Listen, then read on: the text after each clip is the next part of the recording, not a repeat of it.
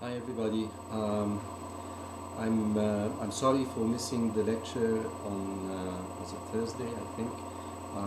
Again, I'm not feeling well. I haven't been feeling well for a couple of days, and I'm leaving tomorrow for Turkey. But I thought I would record this lecture before I leave because it's an important lecture, and we've already missed a couple of classes, and I want you to get prepared for the exam with this important lecture. Today I'm going to cover quite a bit of events. We're still talking about Palestine, and we're talking about basically events from 1948 to 1973. Quite a bit happened in this long period, and I'm obviously not going to cover everything, but I want to stop at basically the three major wars that followed the first Arab-Israeli war. Basically the 1956 tripartite aggression, as it is called in Egypt, the Suez War, the Suez Campaign, as it is called in Israel, and then 1967, catastrophic defeat, and then the 1973, the sole victory that the Arabs had inflicted with, of course, many strings attached with many conditions as to describing this as a real victory. Obviously, I'm not going to talk about everything, but I want to just touch upon the main aspects of the struggle for Palestine over this very long period. Now, let's just go back a bit to where we stopped in 1948 last week and the results of the war. As you can see from the slide here, the war resulted in the creation of the state of Israel without the creation of an Arab state. It also resulted in the dispersion of something like 750,000 Palestinians who overnight became stateless refugees dispersed throughout the Middle East and indeed throughout the world. And as we've been talking, there is a big controversy about who is responsible or who was responsible for their dispersion. And then very significantly, the city of Jerusalem was divided. Israel took its western part and declared it its capital, and the eastern part of it remained in Arab control, and now it was put under Jordanian control together with the West Bank. The Gaza Strip, as I said last week, was given to Egypt. It was put under Egyptian control. So that's the result of the 1948 war, the war that is called in Arabic the Nakba, the catastrophe. The Israelis call it the War of Independence. It's a turning point in the history of the Arab-Israeli conflict. It's the beginning of a new chapter in the history of the Arab world, and of course of Israel. Israel's birth is 1948. And one of the questions that I want you to think about preparing for the exam, based on what I'm going to say today, is whether you think we are witnessing now the results of 1948 or 1967. Obviously, we're witnessing the results of both 1967 coming after 1948.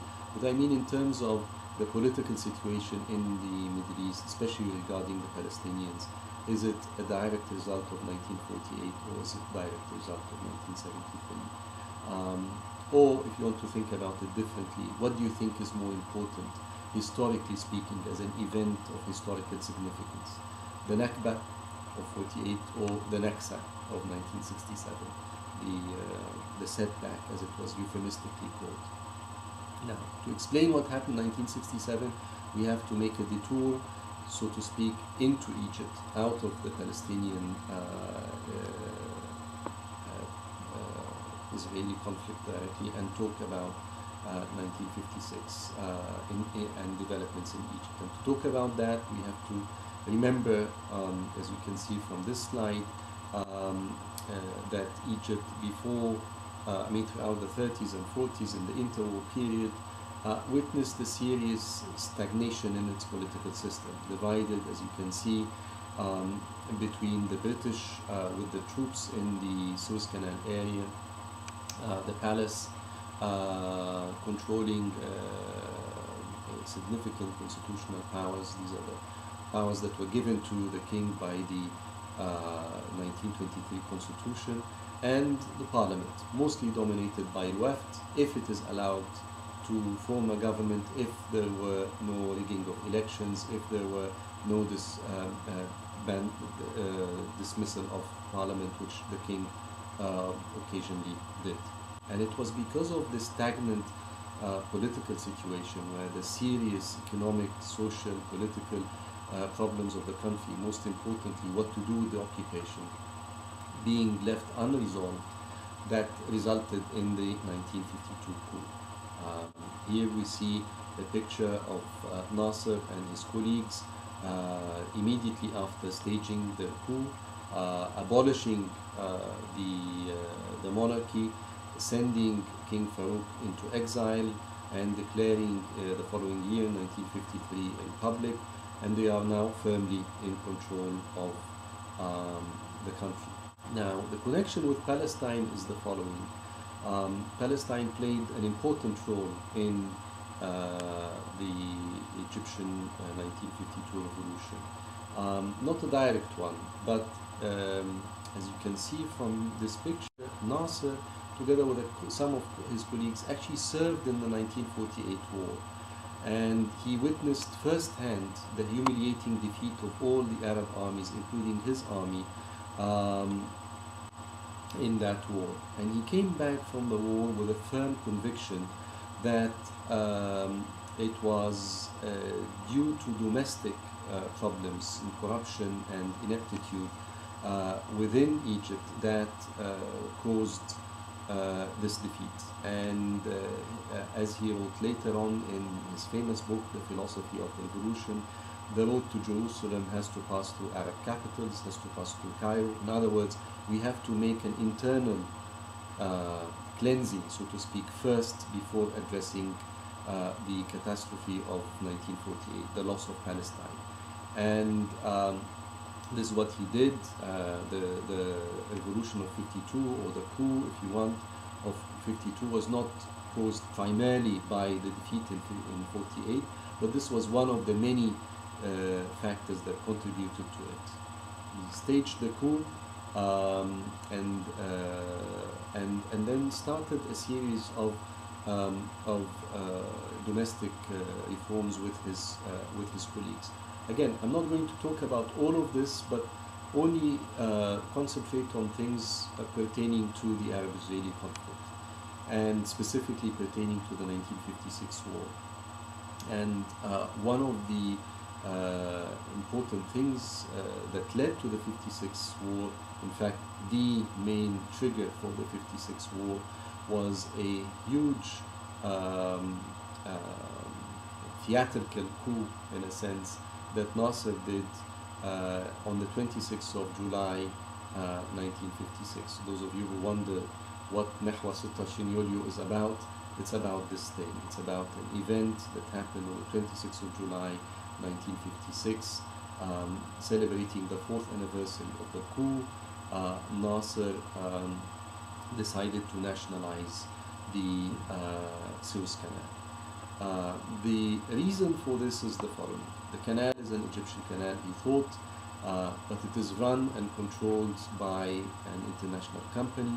The proceeds of the canal, it is the fees that the ships pay to pass through the canal, do not go to Egypt, they go to this international company. So this is one thing. More importantly, here's the logic. This is what prompted him to nationalize the canal. He takes over the country in 52.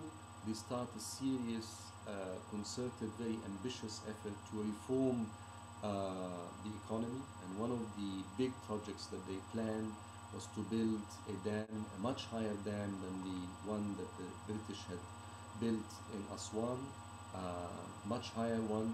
The idea is to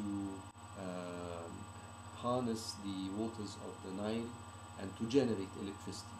That is one of the main things. Egypt should be transformed into an industrial country. To do so, we need energy. Egypt doesn't have oil, and one way to generate electricity was to build this canal. He presented a bid to the World Bank in Washington, and initially the world to finance the project. This is a multi-million-dollar project. So initially the bank approved, and the Americans decided to agree in giving loan guarantees to finance this huge project. But then in the last minute, the Americans withdrew their approval in a way that Nasser thought was personally humiliating to him and to Egypt. So he decided, well, we have the canal, we can use the proceeds of the canal to finance the building of the dam. And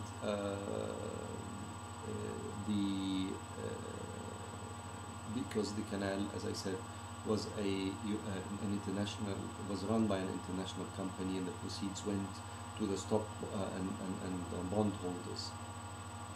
So on the 26th of July 1956, he arranged with a number of his colleagues that they would wait for a signal from him while giving a speech in Alexandria commemorating the 52 revolution.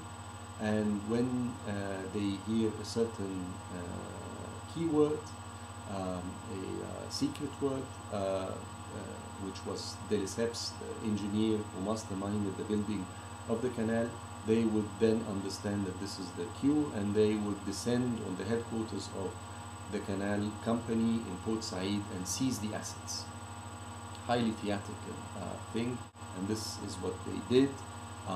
And overnight the canal became Egyptian, and he made sure to have Egyptian navigators placed in the canal itself to help navigate the ships through, in order for the European countries that own the stocks of the company not to use this as a pretext and to say the Egyptians cannot run the canal and we need to take it by force. So nothing happened to the navigation. Ships were sailing through easily.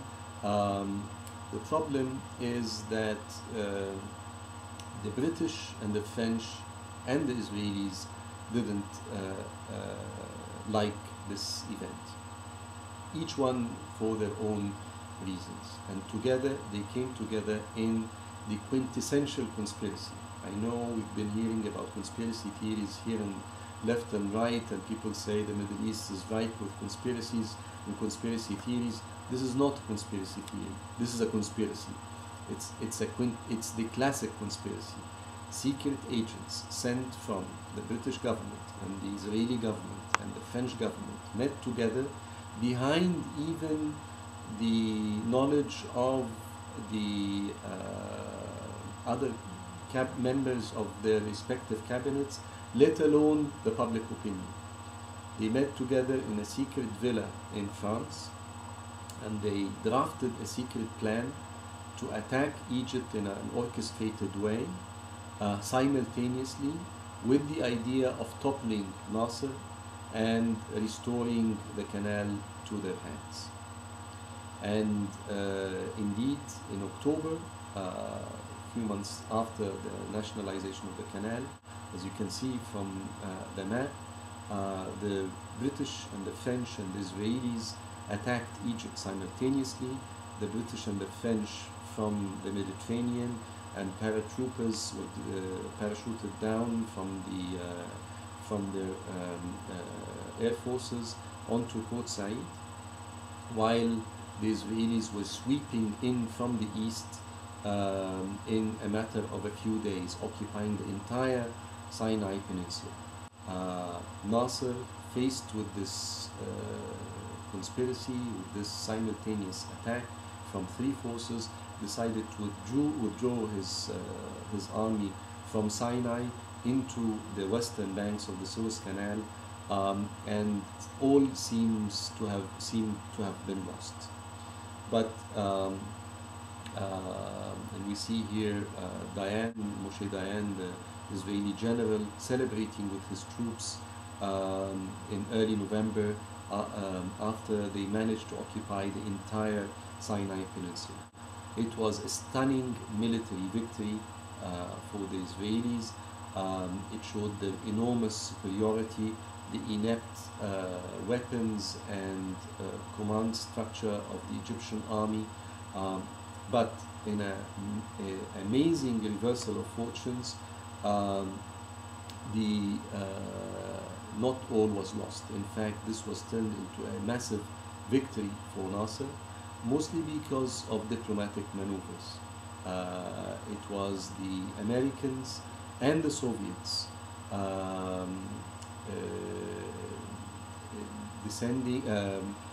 disagreeing with what the British and the French and the Israelis had done, and because this was an act that was done without the approval of either Washington or Moscow, and in a sense it was a realization that the time of the 19th century colonialism, about which we've been talking a lot, was over. Now the new superpowers, the new kids on the block, the Americans and the Soviets, are basically telling the old guys, the British and the French, your ways of conducting diplomacy is over. You cannot run around in this very strategic part of the world and do whatever you want to do without asking for our permission beforehand. So they issued a declaration ordering the British and the French to withdraw, and putting enormous pressure on them through the United Nations and also the Israelis, and withdrew. They did. The Israelis had to roll back their victories, and the British and the French had to retreat in major defeat. And we see here huge demonstrations against the war that swept throughout London.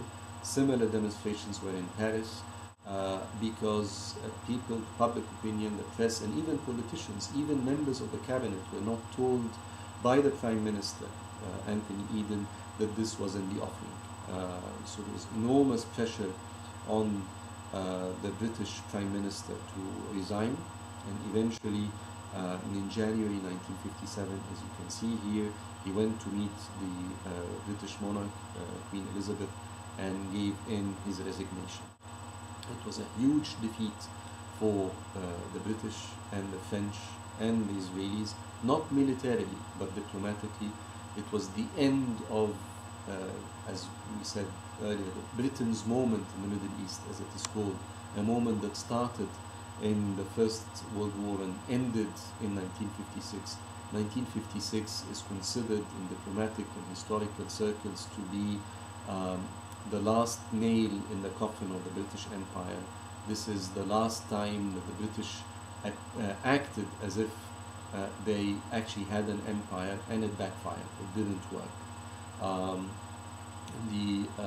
The French, I have to say, also realized that they couldn't control Nasser. The reason why they joined the Israelis and the British in this effort was because of the assistance that Nasser was giving to the Algerians. Algeria had become a French colony a century earlier. By the 50s, there's a very strong anti-colonial, anti-French sentiments, and Nasser lent a hand to these sentiments in Algeria. The French were not happy with this. They thought if they can join hands with the British and the Israelis, they could get rid of him. As far as the Israelis are concerned, they thought that Nasser is the only one who can rally all the Arabs together. He has become increasingly a spokesman for the Palestinians. and they had a keen interest to get rid of him or to force him to drop the Palestinian cause altogether.